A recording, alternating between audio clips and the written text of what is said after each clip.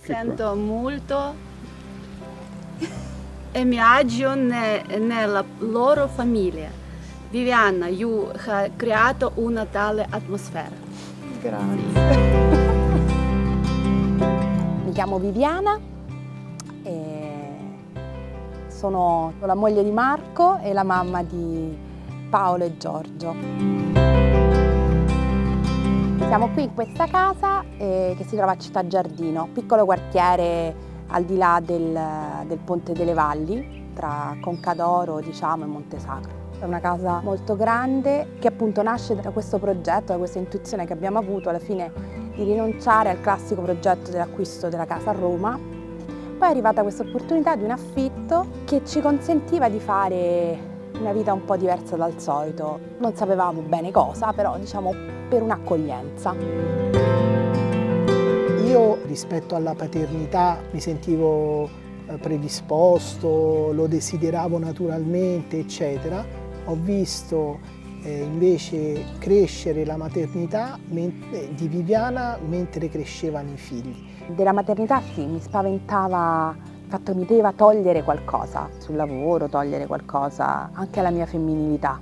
E poi appunto brutte esperienze forse nella mia infanzia, per cui in realtà era proprio un argomento, i bambini in generale, che mi spaventava molto, no? Il non sentirsi in grado. Viviana l'ha scoperto essendolo e facendolo, e questo io l'ho visto crescere e lo vedo tuttora crescere nel suo essere madre nella vita quotidiana. Paolo e Giorgio mi hanno fatto scoprire che appunto uno può essere mamma a modo suo, come vuole, quindi mi sento pienamente me stessa e nessuno mi ha rubato niente.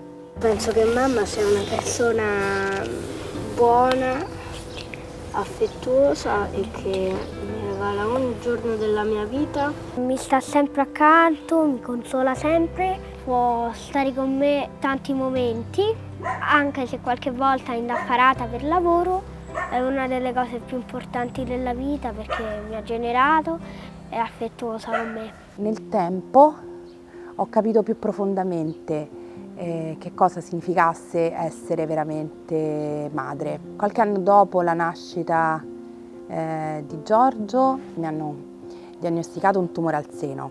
Una serie di cure, una serie di complicazioni varie mi hanno detto che non sarei più stata madre, diciamo, nella carne. Ho capito che quel desiderio in realtà invece di un altro figlio c'era ed era pronto a nascere dentro di me. E quindi lì ho cominciato a riflettere veramente su che cosa significa essere madre. Ho cominciato a guardare i miei figli veramente contenta che fossero venuti al mondo. Ho cominciato a godermeli, a abbracciarmeli molto di più, a coccolarmeli molto di più. E poi abbiamo intrapreso una strada che dice teniamo una porta aperta nella nostra vita perché c'è questo desiderio di accoglienza collegato, diciamo, al desiderio di maternità, che quello permane, esiste, e avevo proprio bisogno di realizzarlo all'interno del matrimonio in forme diverse da quelle classiche di diventare mamma nella carne.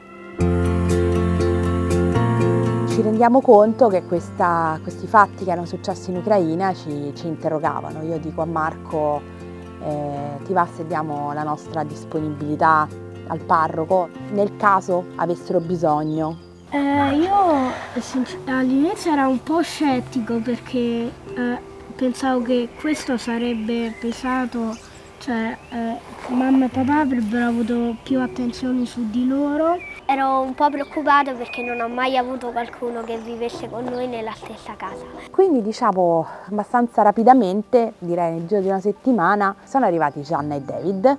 Immagino se fosse successo a noi lasciare la mia casa, i miei amici, la mia scuola, sarebbe veramente terribile.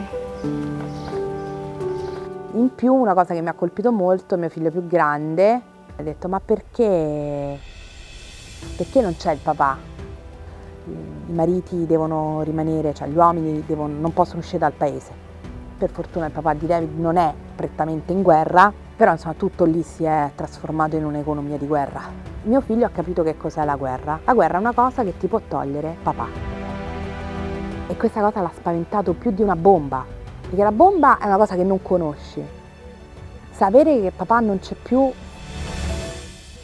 è una sensazione molto più chiara.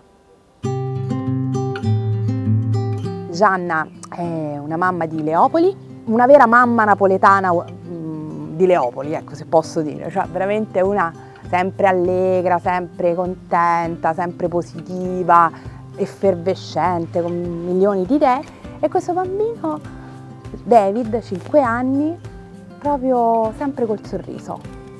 Sono persone molto carine e gentili che sinceramente sono felice di averle nella mia vita. Credo di essere entrata in empatia con Gianna da subito, veramente senza dirci niente. Dopo pochissimo, io mi ricordo che abbiamo fatto trovare semplicemente un cartello sul letto con scritto in ucraino ben arrivati. Quando lei l'ha visto, considerando che prima era tutta allegra, è cominciata a piangere e mi ha voluto abbracciare. Ecco, io in quell'abbraccio ho sentito veramente la disperazione di una mamma che cercava di tenere in piedi la forza di tenere e sorreggere una situazione enorme, e però che aveva dentro, portava questo grande dolore. Si è girata e ho capito che non voleva far vedere al bambino che si era commossa troppo per questa cosa, che lo stava proteggendo, ecco, e che anch'io dovevo fare la stessa cosa con David. E quindi mi sono facilmente, diciamo, sintonizzata sul modo con cui lei voleva fare la mamma in quel momento, in questa difficile situazione. Ci sono tanti modi per diventare madre. La cosa che ho capito è che se il Signore ci ha fatto diversi, uomini e donne, è perché questa specificità della maternità noi siamo chiamati a viverle fino in fondo, e le donne, vere donne che ho conosciuto, in qualche modo questa maternità l'hanno vissuta fino in fondo, con 1, 2, 5 o nessun figlio. Перший день, коли ми приїхали сюди, в цю родину, відчуття того, що ми в іншій країні, не було ніякого. Хіба що інша мова.